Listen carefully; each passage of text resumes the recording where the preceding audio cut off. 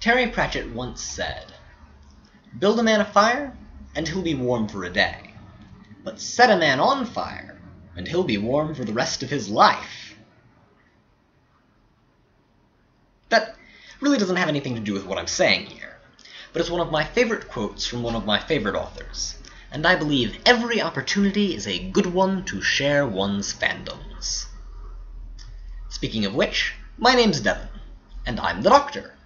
I'm also the Treasurer, a Psychology and Communication Studies double major, and most relevantly, one of the people running to be president for next semester. My story, as befits the Quad, is kind of a strange one. I joined the RHC when I was officially elected as the Doctor last year, a first for the Quad, and actually for any residence hall. Then, when the previous Treasurer-elect was forcibly exiled, Quadfather Thomas appointed me to that position too, because I was there, and no one was really sure what I was supposed to be doing as the Doctor. However, I have surpassed the duties of either position that I'm in by attending every URHA meeting and RHC meeting this semester, by playing a major role in planning and executing every Quad event, and by originating all of the new events in the Quad this semester, including Guy Fawkes Night, Scaroling, and coming to you this Friday, Cape Day.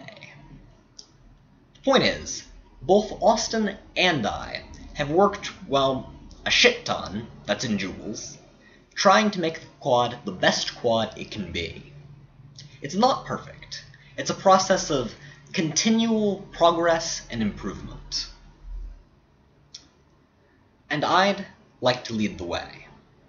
My platform for next semester is threefold: transparency, environmental friendliness, and community. First, for transparency, there are two things I'd like to do right off the bat: create RHC internship positions, and open up ballots for write-ins. Both of these, I believe, would go a long way to opening up the RHC and getting more people involved in it.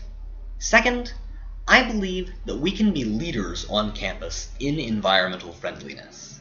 I've already created the position of eco-rep, and we'll be working together next semester to promote the Quad as a greener, more environmentally friendly place. Finally, something I've heard a lot of people say is that while they have their own friends in their own cliques and honors groups, people don't feel connected to the Quad as a whole. They don't feel like they're in a community. I aim to change that by creating more small niche events that draw out people with disparate interests, and by creating more large events that draw everyone together. And I have a lot of ideas about this, but basically, bigger Quad stock, better Quad fest, more cookouts, and more free food. And you can read more about all of that in the written statements that I've put on the Quad Facebook page.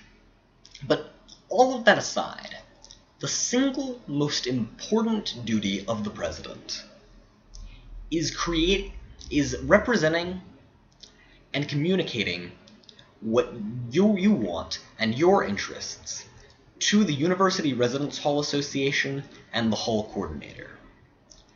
Getting what you want done would be my primary job as president. If you believe I'm the best person to do that, vote for me. If you don't, don't.